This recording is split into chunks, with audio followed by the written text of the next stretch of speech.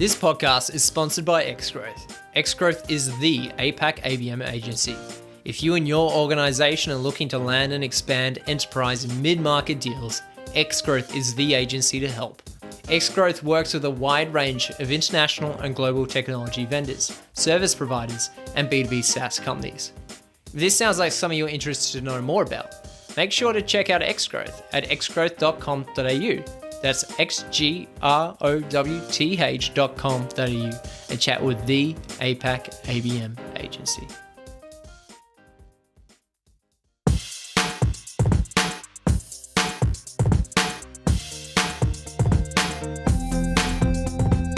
What's up, marketers, and welcome to another episode of the Growth Colony podcast. I'm Liza from Xgrowth to tell you that each episode we bring in B2B leaders to chat about how you can achieve those everyday wins in the marketing world. Whether you're new to the B2B game, working at a leadership level, or even just showing some interest, we know you'll love the episode. So grab a drink, get comfy, and enjoy the show.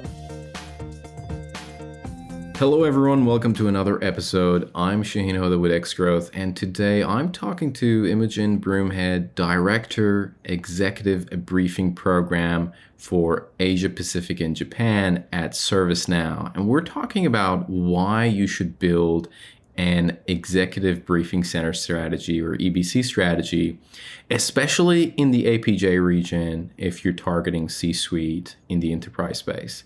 The EBC model is quite common for especially tech companies to have them in the regions like North America, basically HQ. But we're going to be talking about why is it important to think about an EBC strategy for the APJ, the APAC, and the ANZ market. So on that note, let's dive in. Imogen, thanks a lot for joining us. Thank you for having me. It's really great to be here today. Absolute pleasure. Absolute pleasure. So first of all, I want us to define EBC, right? Or at least I would like to know, what is your definition of an executive briefing center? Can you kind of take us through that?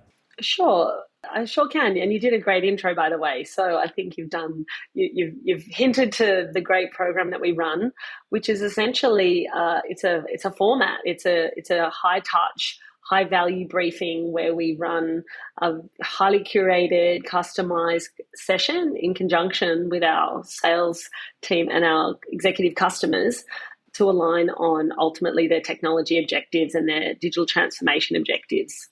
And we work hard to identify what is the customer trying to solve, and we bring them into a briefing within our EBC, within the centers, to go deep on those digital transformation goals. And essentially, the center or the EBC itself can be located anywhere. You can run an EBC from anywhere, and I'm sure we'll get into that in this later on. However, the EBC itself is dedicated to generating a series of actions for the account team and the sales organization to progress that account and to engage at an executive level with that customer. So we have a C-level, it's a C-level engagement essentially, and we want to broker trust and build confidence, and essentially we want to ultimately educate our customers on our technology, and the EBC is the perfect vehicle to do that. And I'll definitely want to kind of touch on where does it come in, but how do you kind of take advantage of it? I mean, you talked about kind of moving deals forward. Can you elaborate a little bit more on like how you and the team take advantage of EBC at ServiceNow? Yeah, I sure can. So essentially, the sales organization would need to position an executive briefing to the customer at the appropriate time. And by appropriate timing, we mean, is this account ready for this level of briefing at an executive level? So, we look at account readiness. Is the customer really ready and ambitious in their digital transformation goals and partnering with ServiceNow? Is there a recent reorganization where we need to educate that new C-level on the technology? Has the account, in really ready to go deep on potentially some value realization or ROI? Are we ready to introduce new product lines? Are we also ready to, is their account at risk? Have we lost some favor with our C-level, and do we need to re-engage with them?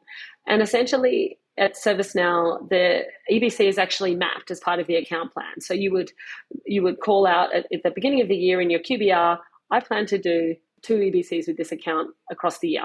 Particularly, we insist, and it is mandated, thankfully, through our sales leadership, that an EBC really needs to be happening if you have a renewal, and also if new business, new large opportunities. So the EBC is really around whereabouts are you in your sales stage, and is the EBC, is it opportune now for us to engage with that C-level to move that deal along? And that's where my team would get involved and take the request and start working with sales to drive the dream EBC, essentially. Are there situations where sales would bring something in and you would have to look at it and be like, no, you're not getting an EBC for that? Great question. That actually happened just this week, and we do need to be quite strict on our criteria because of the high touch. The resourcing one, we need to really prioritise on strategic accounts and opportunities. However, we also need to be rigorous around who, what, why. So is this a C-level? We're really strict on the C-level engagement. We want to be meeting with the influencers. We want to be meeting with decision makers. We don't want to get down into the weeds. We don't want to talk commercials. This is not the setting for that. And so we take we are pretty rigorous around the EBC request. And if it smells like discovery opportunity, if it smells like that we're going in cold, we absolutely reject that EBC request. And we say, come back when you're ready to really outline some strategic digital transformation goals with this account.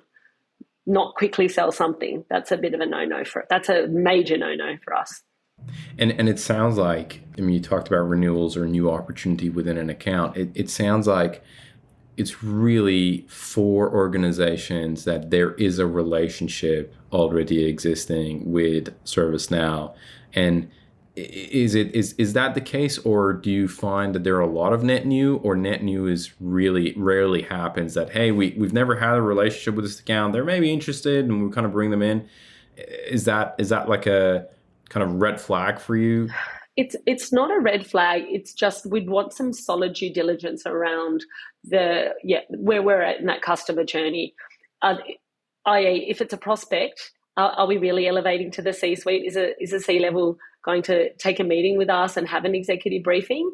Or there should have been a lot of sales work and discovery meetings and sales account planning and regular cadence that would have happened prior to the EBC coming to us. So that's not to say that we wouldn't have a new logo. We welcome new logos. In fact, we're gold on having new logos. But what we want to make sure is that by the time that C-level is going to spend half a day with us, that it's very well understood what it is that we're going to do in that with the C-level's time. And that has to be really strategically mapped and very considered for it to be effective. So we don't want prospects in the room who are not decision makers, but also who aren't ready to perhaps make a buying decision. Imogen, why an EBC program in APAC? I mean, usually, like we talked about at the beginning, that's usually a North American play or a HQ play. I mean, wherever the HQ is. And most cases, there are definitely some large tech companies that might be HQ Australia or APJ, but most of the times it's North America or EMEA.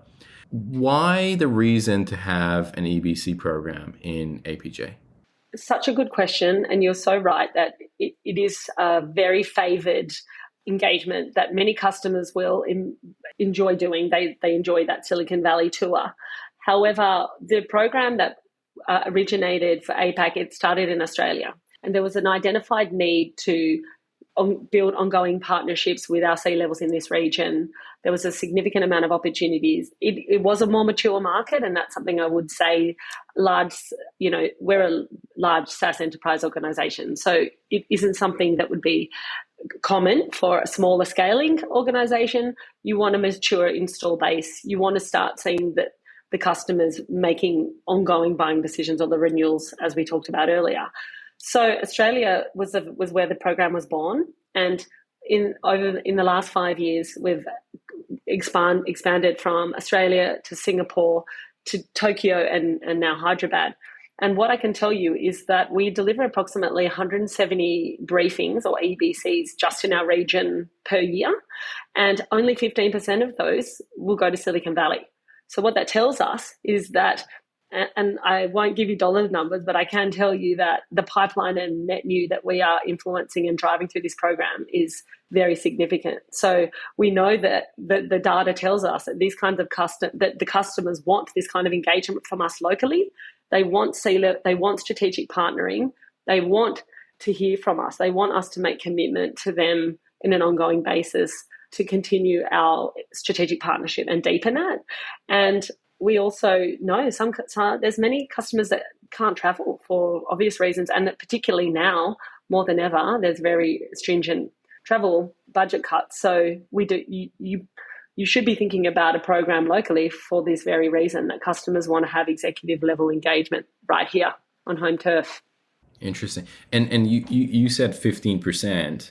So you're saying that out of that 170, I just want to make sure I understand what you mean by that 15%. Usually, only 15% of them go to the US for an ABC, or out of that 170, it is 15% of them who go through an ABC in APAC and then go to an ABC in the US. Oh, sorry. Yeah. So of the 170, 15% of that visited Silicon Valley for an EBC in the US. Right.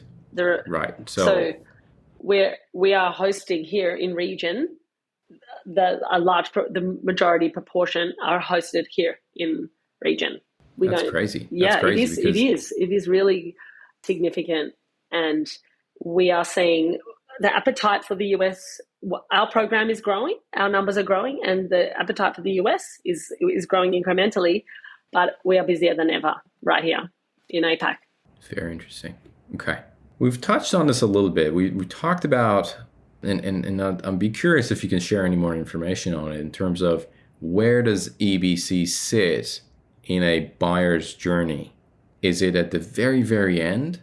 Is it kind of in the middle? How do you assess that, and where do you insert an EBC for a program, and how long in advance? It sounds like there's a few months of heads up, and maybe even more than that you kind of need to put something together or book someone in. How does that look like?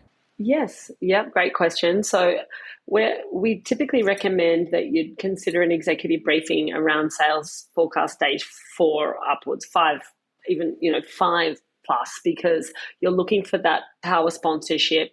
The sales team's done all the hard work in the months leading up to looking at progressing to closure, and really you're looking for executive buy-in at this point. This is before, and then what you want from an EBC is clear, tangible actions, i.e., we're ready to progress this up to the CFO. We're ready to move this along in procurement, and where we're in agreement that you are the right technology partner for us. So that those kinds of conversations aren't happening in early sales stages, purely because, as you've just called out, the sales team need to be doing their hard work to get customers engaged and get them to open opportunities and move them along to stage 4, which takes months of work. And my great friends over in marketing who have done all the work to get the leads and move it along the buyer's journey, by the time you're coming in to our offices and spending time with us, you're really close to an imminent buying decision. And that's where the magic happens. So and from our point of view, where our team are influencing is 4 to 6 weeks. We need to take that EBC request and work. We partner with the sales team very closely. We try and we work hard to understand the objectives.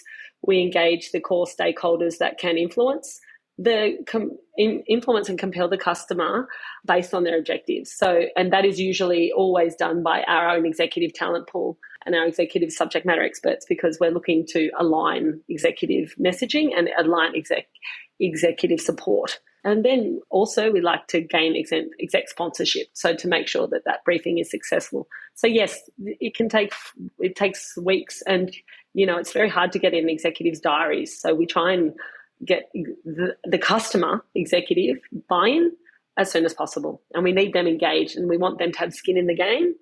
And we actually meet with the customer prior to the sessions because we want to make sure that the agenda and the content absolutely aligns to their expectations.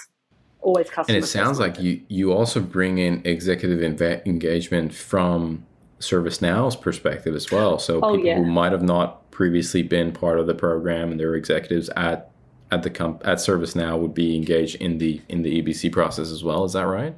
Yes, absolutely. And that takes a lot of work to align the stars, preparation, and more preparation.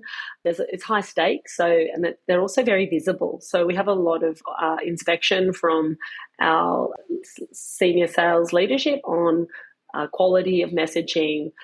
The dream agenda must really must resonate, and it must land well. Otherwise, it could fail. The deal could be really compromised. So it must be perfectly prepared. So there's a lot of pressure at times on our team to make sure that we pull it all together well. Interesting. Imogen, I would imagine a lot of people who are listening to this are like, EBC program, are you kidding me? That costs a lot of money. It costs a lot of resources to put together. And that's definitely, like, we can't do that for the APAC region. Is that true? What should be people's expectation in terms of resource and cost perspective for setting up an EBC program? Yes, it's a really valid question, because that is something I'll often get asked when I'm, attending networking opportunities. And essentially, it is very cost effective, because what you need to get started is human capital, and you need a self-starter, and you need an ambitious individual. I started the program actually on my own here in APAC, and build it and they will come. So we needed a home base. So real estate is ideal. When I say real estate, yes, you consider Microsoft Technology Centers and the Salesforce Innovation Centers. They are incredible in terms of their potentially, their memorable touch points and their branding. However, that can evolve as you scale. When you're first starting out, you just need a human resource, and you need a boardroom, and that is all it takes, truly. And I've delivered EBCs at customer offices. We can go to them, but we do like to bring them in to spend time with us in our innovation centres at ServiceNow. Now, when I first started, the innovation centres had not been built. We operated out of a boardroom in our Sydney office, and the first quarter I did 3, and then the second quarter I did 5, and then by the end of the year I'd done 18, and then we evolved over time, and then we hired more team members in the second year. Then we started the program in Asia in the third year, and in Japan in the third year. And similarly, again, we just needed really talented people who could understand working closely with the sales organization as our internal customer, and also preparing essentially a memorable EBC. So yes, what does great look like? You could have a thriving center program across APAC, or a thriving, innovation centers with multi, innovation rooms and touch screens and installations. That can be a goal. It's an ambitious goal, but really, to start, you don't need to be thinking in those terms. You just need to hire a good talent and call me. I'll tell you how to do it. It's so simple, and the ROI is huge. Seriously, we see so much. The value is incredible. It's actually a no-brainer. When I talk to people, and they tend to agree, it is a no-brainer in terms of definitely put your LinkedIn profile in the description of the so that if anyone is interested can reach out. But on that note of resources, what do you think are the critical, let's say, top 3 skills that you would need? Now, me as an individual, or me as, hey, in my team, what are the top 3 skills that need to be there to set up this EBC program? Yes. So when we recruit talent to drive our in-country programs, we are often seeking, enterprise marketing background or field marketing background is ideal. However, strong stakeholder management, because this is really about orchestrating and coordination of a high stakes event, essentially. So you want to see strong stakeholder management, high level of organization, and a strong aptitude for driving SaaS priorities. And you can learn those aptitude and attitude. You can learn the fundamentals of the technology platform, but what you need to do is have the confidence to position the technology to the customer and understand the customer's objectives, understand the sales objectives, and pull those together. So when we look at skills, you need to have a strong aptitude for driving valuable conversations and aligning people to the right message. So that takes orchestration, coordination, aptitude, attitude, and stakeholder management. Yeah, stakeholder management, and the rest we can learn. We can train everything else, and once you find that right person. I've been so blessed in my team. We see so much success from our executive briefings purely just from having a strong person who can drive a successful agenda. I love it. Okay, Imogen, we've talked about a lot of things. We've talked about the reason for it, advantages, cost, skills. There's so many things. Why in APAC? I want to ask you a couple of rapid fire questions, but before I get there, is there anything that maybe you think we should cover that I haven't asked or we haven't covered yet with regards to EBCs? Look, I think what I'd love your listeners to come away with is just really understanding the value that this kind of engagement how it can accelerate both the deal closure for your organization and drive sales and revenue growth, but essentially your customer base, the direct line of contact and the direct access that you will get to the C-suite through this program. It is so incredible what it can achieve in terms of CXO access, branding, and large enterprise collaboration. That is, and as we talked about, it's such a cost-effective way.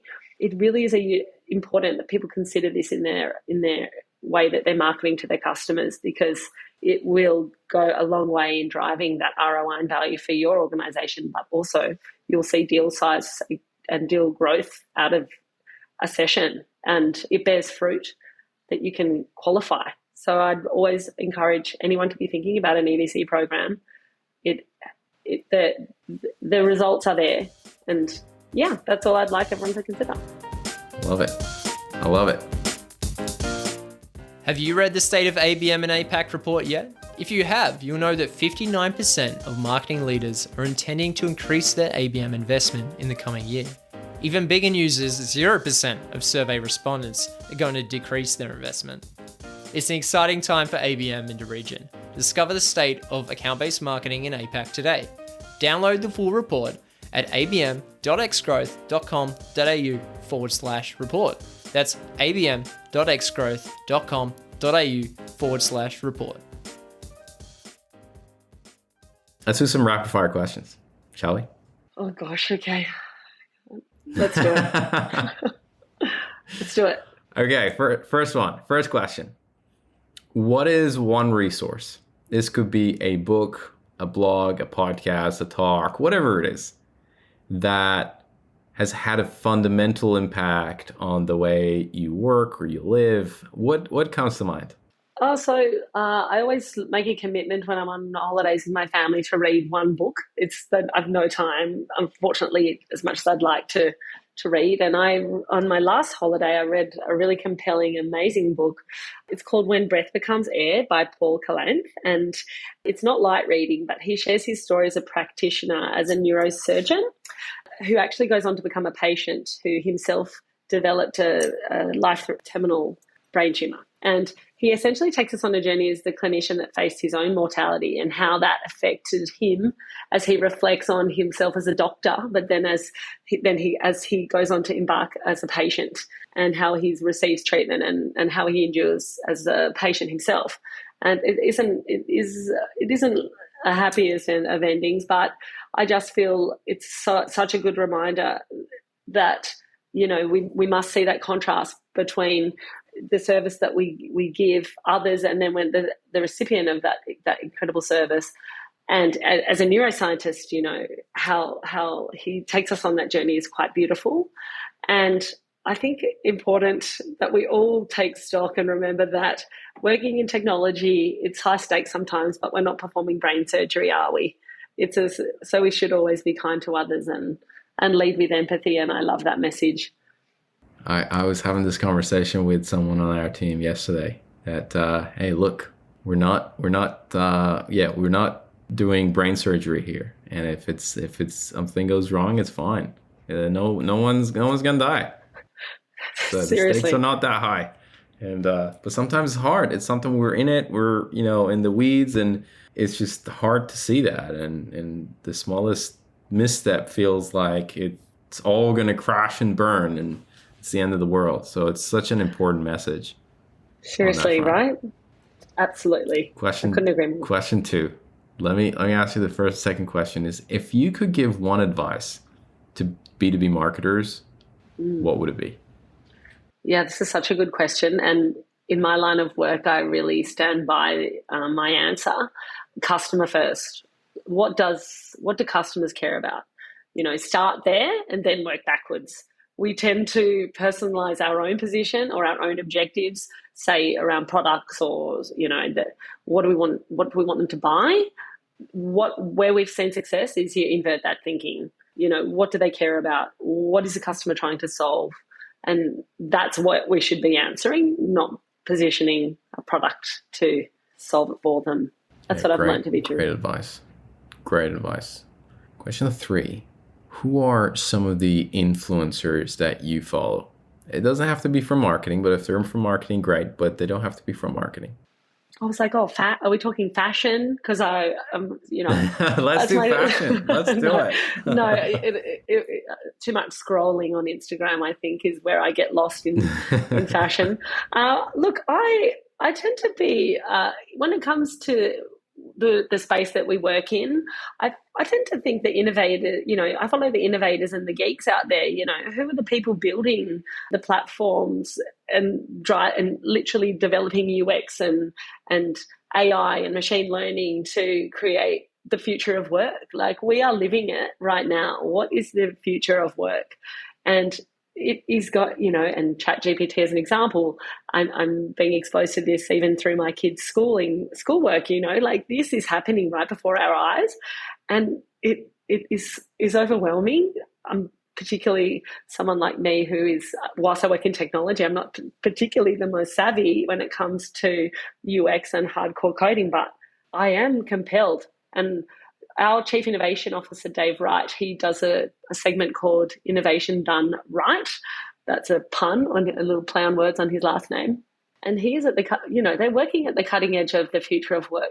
They're evolving and exposing us to what does the future of work look like. And I'm excited, but I'm also sometimes I'm nervous as well about what it can look like. And yeah, so I think does that answer the question? I sort of went down a rabbit hole. It does. I think I'm going to be looking up this newsletter and signing up to it. But I would imagine if there's internal presentations or anything, it would be really cool at ServiceNow, and probably everyone's mesmerized when they talk about the future of work. So I'm sure those would be pretty amazing. Oh, mind blowing, Shaheen. for us tech heads. I know, I can we all kind of geek out on that stuff, so I can totally understand. Last question: what is something that excites you about what you're doing, the EBC space, the B2B marketing space? What comes to mind? Oh, great question. I think, look, everything is changing in SaaS. I observe the way SaaS businesses are viewed, and the way that the way that we are selling our products means that we need to be customer first, customer centric in everything that we do. And because of this change we've observed in the changing landscape of SaaS, it means that everything that we're doing in the EDC is value driven. Show me value from what I own.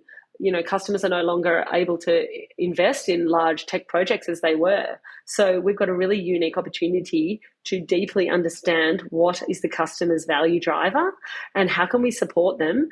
We just must be in the service of the customer if you're going to be successful, if you're going to be competitive, and if you're going to thrive and grow in this space. So we are at the coalface with that. We are hearing what customers are we are hearing direct customer feedback from C-level customers on this point. And more than ever, do we need to show them value and be value driven in our engagements with the customer. So I'm excited that unique bespoke programs like this directly respond to this challenge. How can our customers be successful? How can they get value? How can they adopt the technology? All of these amazing things that are happening in our program every day, we're able to influence. And I'm really proud of that. Boom. That's I love it. Thanks. No, that's amazing. And Imogen, this has been a really awesome conversation. I think this is an area that there is, especially the UBC space, is an area that there's not a lot of information about it. There are not a lot of people who are doing it, especially in our region. And I think there is going to be so much value from this conversation, and a lot of our listeners. I've learned a lot of things, and I'm pretty sure a lot of our listeners are going to take away a lot of insights as well. So thank you so much for coming on the podcast and for your time. Oh, look, thank you so much for having me. And yeah, like I said, I'd love to have a conversation with anyone or any marketer out there who is looking to introduce this program to their organization, and I'll help where I can. We'll put the link in the comment in the show notes and make sure that's there. Thank you so much, Imogen. Thank you so much, Ian. Today's episode of Growth Colony was produced by Alexander Hipwell and Liza Maywald. It was edited by Dave Samito with additional editing by Liza Maywald and music arrangement by Alexander and Liza. Special thanks to Tina Wabe. We couldn't make the show without you. Growth Colony is hosted by Shaheen Hoda, Director of Growth at Xgrowth. If you enjoy the podcast, please subscribe and give us a rating on Spotify or Apple Podcasts. Do you think you'd be a great guest or just keen for a chat? Send through an email at podcast@xgrowth.com.au. That's podcast@xgrowth.com.au. That's all for now. We'll catch you next week, right here on Growth Colony.